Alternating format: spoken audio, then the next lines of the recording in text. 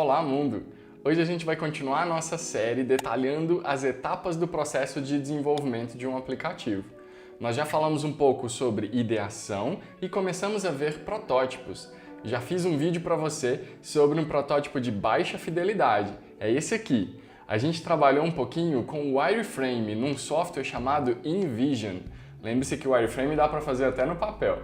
No vídeo seguinte da série, a gente fez um protótipo de média fidelidade. Nele a gente pegou o wireframe e tentou transformar um pouquinho mais próximo do real, observando muitos espaçamentos, as fontes e garantindo que tudo vai estar parecido com a versão final. Se você perdeu, você pode acessar aqui e aí a gente continua trabalhando com os protótipos. Hoje eu quero transformar esse protótipo de média num de alta fidelidade e te mostrar como dá para fazer no Figma um protótipo navegável.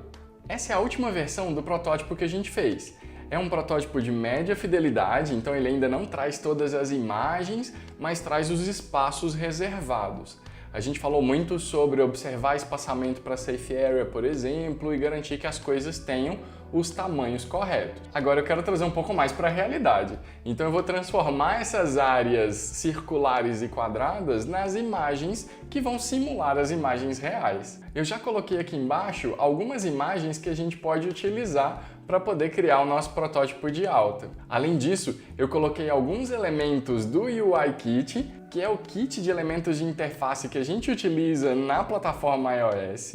E eu estou deixando o link aqui embaixo para vocês de um projetinho no Figma que já tem todos os elementos do UIKit. Assim você economiza tempo, não precisa redesenhar todos os elementos. Então já selecionei os elementos que a gente vai utilizar para poder criar o nosso protótipo. Primeira coisa que eu quero te mostrar é um truque bem simplesinho no Figma, que é como transformar essa imagem quadradinha do avatar naquela imagem circular. Então eu vou trazer a imagem aqui do meu usuário, vou colocá-la sobre o círculo que a gente já criou e vou selecionar os dois para criar um grupo.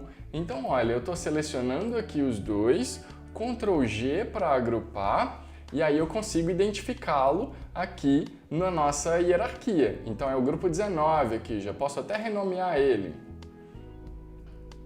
Vamos colocar, por exemplo, Avatar. Assim fica um pouco mais fácil. Lembre-se de renomear todos. Aqui eu estou sendo bem porquinho, deixando qualquer nome, mas é muito importante, é uma excelente prática renomear. Então gasta um tempinho renomeando. Aqui só para simplificar o nosso tempo, eu estou usando como tá. Agora, nesse grupo eu tenho a elipse e a imagem. É importante que a elipse fique abaixo da imagem, ou seja, ela fique atrás na nossa tela. Com a elipse e a imagem posicionadas corretamente, eu clico com o botão direito aqui na elipse e vou usar como máscara. Assim, pronto, essa forma mascarou aquela imagem. Você pode fazer com elipse, com retângulo, com qualquer outra forma que você criar aqui no Figma. Então, de uma forma bem rápida, eu já coloquei a imagem, já aumentei um pouquinho o nível de fidelidade do nosso protótipo. Eu vou fazer a mesma coisa com a imagem da disciplina. Eu vou fazer com a primeira. Olha só, a primeira disciplina que eu tenho aqui no Mackenzie, por exemplo, é a disciplina de mobile. Então eu fui lá e coloquei uma imagem próxima ao que eu quero, que é o mobile. Eu vou selecionar então a imagem e a forma, vou agrupar, Ctrl G, tá aqui o meu grupo, vou selecionar então a minha forma, e aí eu quero apenas a forma do retângulo, não o retângulo com o título, por isso eu estou trazendo ele aqui para fora. Continua aqui dentro do grupo e esse grupo menor com o texto. Esse retângulo, então, eu vou usar como máscara. Agora, o grupo que tem o texto, eu trago para cima. Lembre-se que tudo que está mais acima na hierarquia está mais à frente na tela.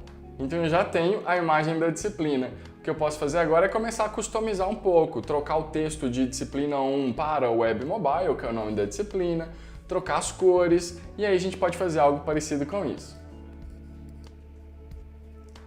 Veja então que eu criei o primeiro componente, que é um card para o nosso scroll das disciplinas.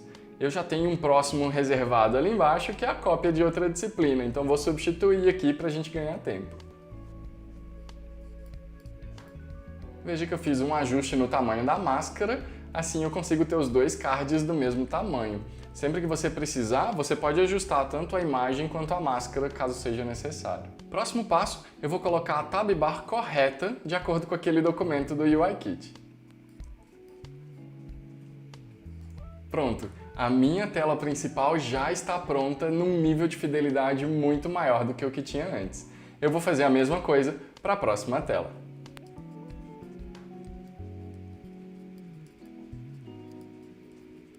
Viu só como foi prático e rápido criar um protótipo de alta fidelidade com base no de média? Você deve ter percebido durante o meu processo que eu precisei ajustar alguns espaçamentos, alguns tamanhos. Isso é muito normal. Pode ser que quando eu testei aquele protótipo de média, eu percebi que eu precisava aumentar esse espaço.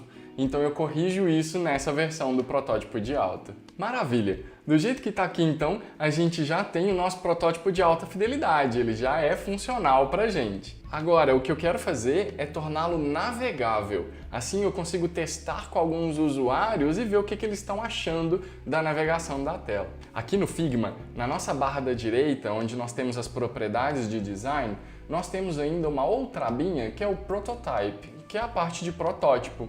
Quando a gente seleciona essa opção, tudo na tela vira algum elemento que pode ser usado pelo protótipo. Quando você passa o mouse sobre os elementos, como aqui nos cards das disciplinas, por exemplo, aparecem essas bolinhas aqui do lado.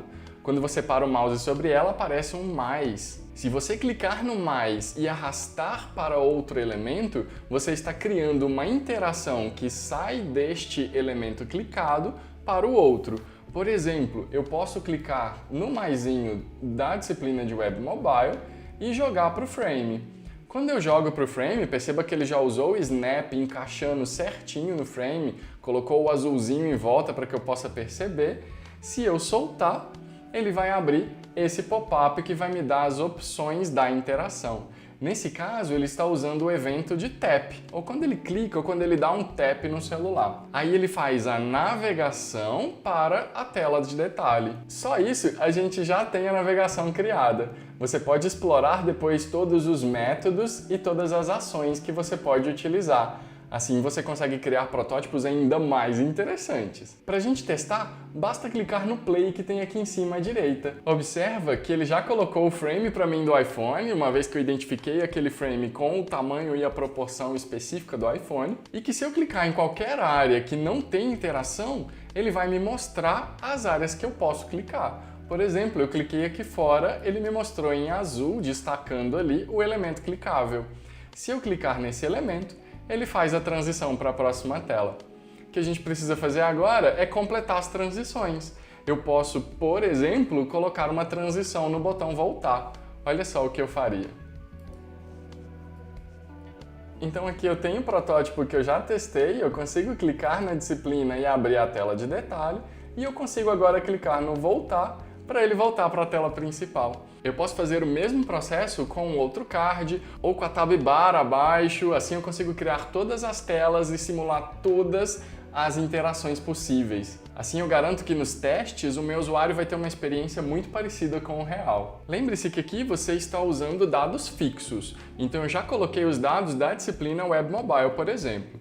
Se clicar na disciplina PS2 vai ter uma outra tela muito parecida, mudando só o conteúdo, eu não preciso criar outra tela para aquela, o meu usuário já consegue entender qual é o fluxo, e aí o meu teste funciona da melhor forma possível.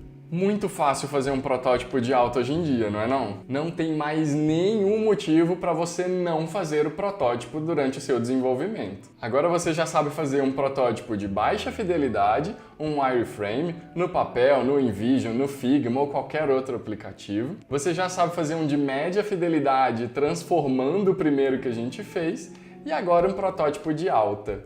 Sempre que possível, coloque navegação, assim você consegue fazer os testes um pouco mais agradáveis. Depois dos protótipos, a gente começa a fazer teste com o usuário. Se você está gostando dessa série, deixa seu like, comenta as melhores partes, se inscreve no canal se você ainda não é inscrito e lembre-se de convidar os seus amigos para a nossa tribo.